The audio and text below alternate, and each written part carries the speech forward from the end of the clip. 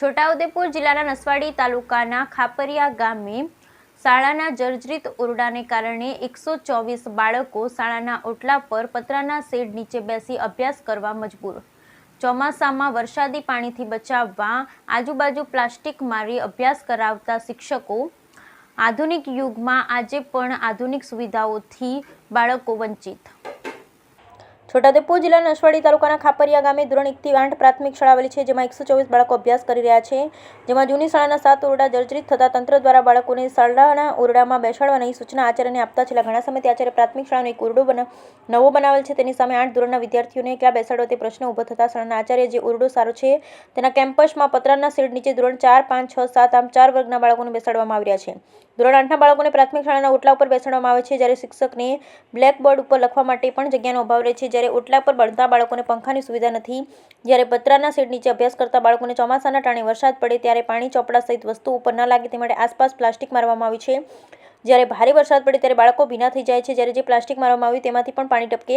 આવી સ્થિતિમાં આદિવાસી બાળકો અભ્યાસ કરવા મજબૂર। સરકાર આદિવાસી વિસ્તારના વિકાસ કર્યાનું ગાણું ગાય, પરંતુ આદિવાસી વિસ્તારમાં પ્રાથમિક શાળા એક શિક્ષણનું પ્રથમ પગથિયું છે અને શાળાના ઓરડામાં બેસીને અભ્યાસ કરે તે પ્રાથમિક સુવિધા છે, તે પણ સરકારી પૂરી પાડી શકતી નથી। જ્યારે આદિવાસી બાળકો ઓટલા પર બેસી અભ્યાસ કરે છે, પરંતુ તેઓની દયનીય સ્થિતિ છે। સરકાર એક તરફ કહે છે કે ભણેલી દીકરી એક પેટી સારે ત્યારે 100 ભણે 100 આગળ વધે, પરંતુ આદિવાસી વિસ્તારમાં આદિવાસી બાળકોને આવી રીતે શિક્ષણ મળી રહ્યું છે। જ્યારે ઉત્સવમાં કરોડો રૂપિયાનો ખર્ચ કરવામાં આવે તે ગ્રાન્ટ શાળાના ઓરડા માટે ફાળવવામાં આવે તો બાળકોના પાયાનું શિક્ષણ સારું મળે, પરંતુ આદિવાસી વિસ્તારની ચિંતા કરનારી સરકારના મંત્રી અને ઉચ્ચ અધિકારીઓ આ શાળાની મુલાકાત લઈ નવા ઓરડા બનાવી આપે તે જરૂરી બન્યું। Bureau report Rehan Patel, Chhota Udepur. રૂમોની જર્જરિત હાલતને કારણે આ લોકોએ આવું કરવામાં આવે છે અને શેડ બાંધીને ભણાવે છે, બસ તે જ। અને વરસાદના છાંટા પડે એટલે બાળકોને ભીજાઈ જાય અને તાવ શરદી જેવું લાગે। પાસે કે આ બની જાય, બધી શાળાઓ બની છે અને ખાપરિયા શાળા બાકી છે, તો એવી 4 માળની બિલ્ડિંગ બને એવું અમારું ડીડીઓને રજૂઆત કરવા વિનંતી છું। જય હિન્દ।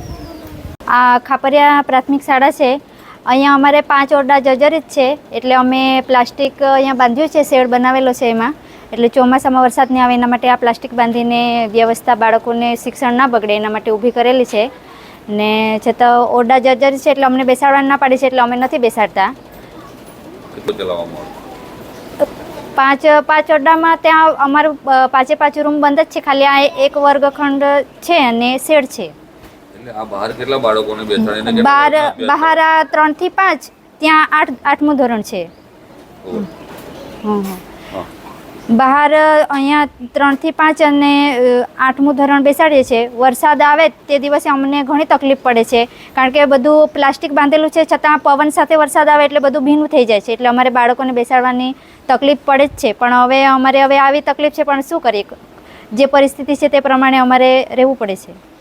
ત્યાં ધોરણ 3 અને 3જા અને 4થા ધોરણના બાળકોને બેસાડવામાં આવે છે। જ્યારે વરસાદ પડે ત્યારે થોડી તકલીફ પડે છે, એના માટે આ પ્લાસ્ટિક બાંધેલું છે અને અહીંયા અભ્યાસ કરાવીએ છીએ અમે।